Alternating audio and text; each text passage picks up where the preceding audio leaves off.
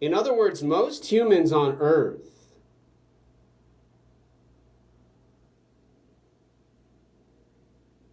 wake up, get in their car and drive, arise from their big fluffy bed, and get on their boat.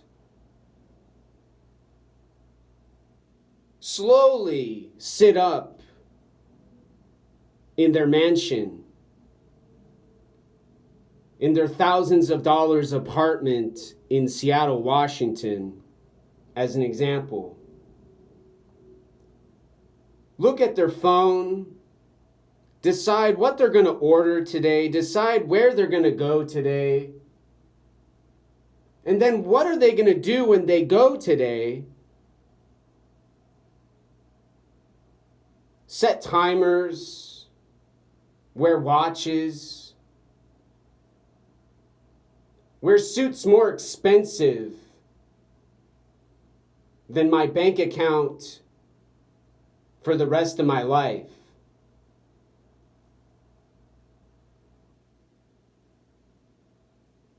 And proudly smile,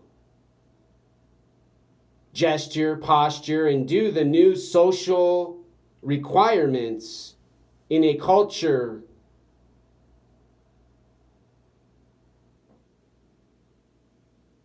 they protest to save when they're not working to fix those software bugs and send those packages of Chinese-made plates and sex dolls and robots who clean floors for the rich, powerful, and famous, dominant homeowners.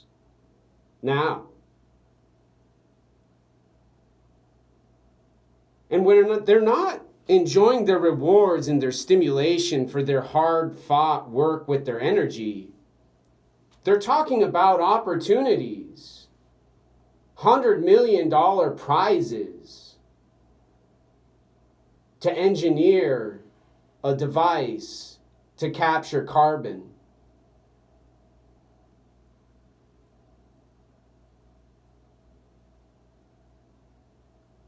Using consciousness to motivate and inspire, similar to their money, similar to their power and intelligence, motivating them now.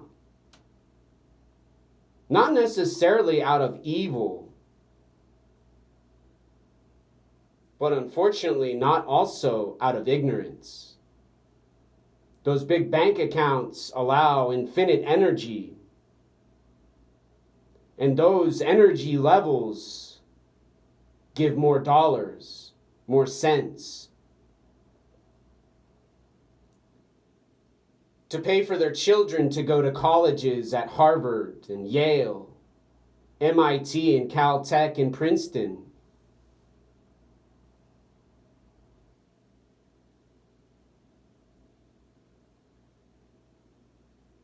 And fund their Wall Street investment banking choices.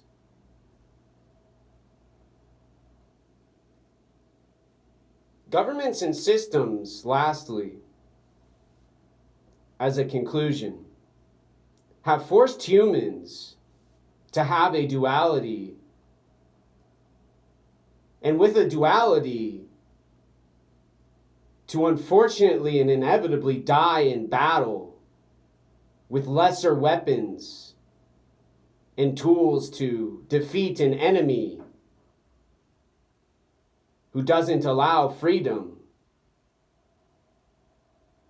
And then when those governments and systems have controlled and limited and restricted their populations and their humans they say they assist in their laws and justices, go back to where they live, have a nice sleep, and repeat, and repeat, and repeat, and then provide some novelty with some free dollars, some free housing services though temporarily now.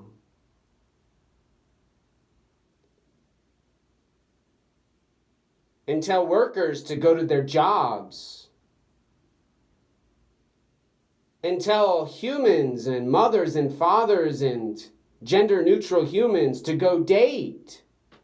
Wear a mask and don't kiss.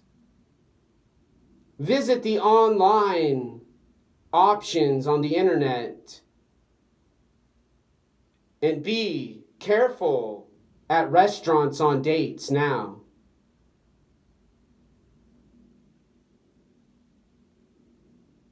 Shortly thereafter, those powerful government system leaders and brilliant and intelligent and genius humans attend their family's wedding, go to a big dinner with no mask during a coronavirus pandemic, and then say to everyone else, hide in your homes, stay away, stay away, stay away, and be a ghost now. Governments and systems leave only one option to choose: fight. And then they also explain fighting's bad. Fighting kills people and civil wars are tragic. Giving philosophical and religious and theoretical advice. Minimizing the struggle for those who have solved their mystery and proved their mathematics and equations for their system and processes and procedures inadequate. Now, in economics, no longer beneficial for consciousness. A planet Earth and a chosen few humans who are oppressing and causing suffering and poverty, hunger, suicide and death, murder and killing, confusion and misdirection, mistakes and climate change now.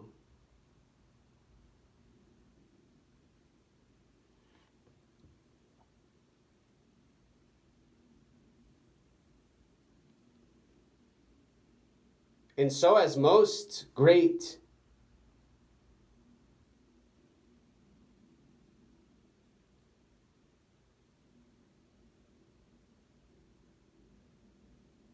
brave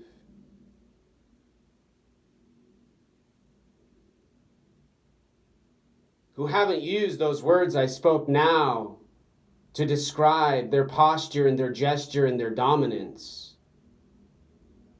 unfortunately, have all but explained the options available other than a continued duality of fighting and violence and death.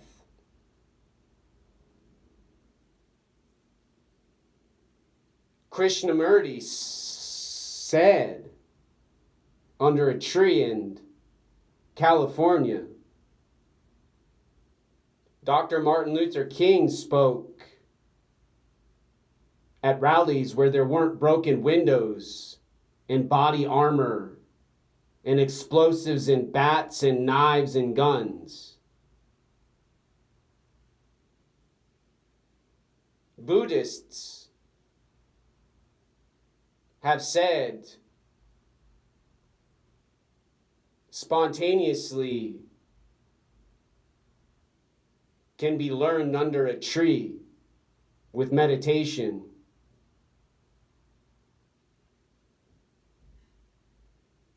And then others have said can only be accomplished sitting staring, waiting, and letting time tick, tock, mathematics and minutes, and equations with food and economics, budgets, to involve fasting and hunger.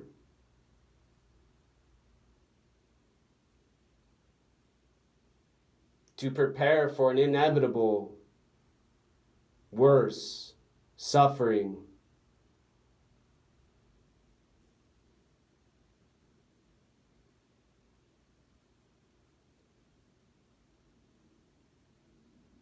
Consciousness hears and feels, sees and a body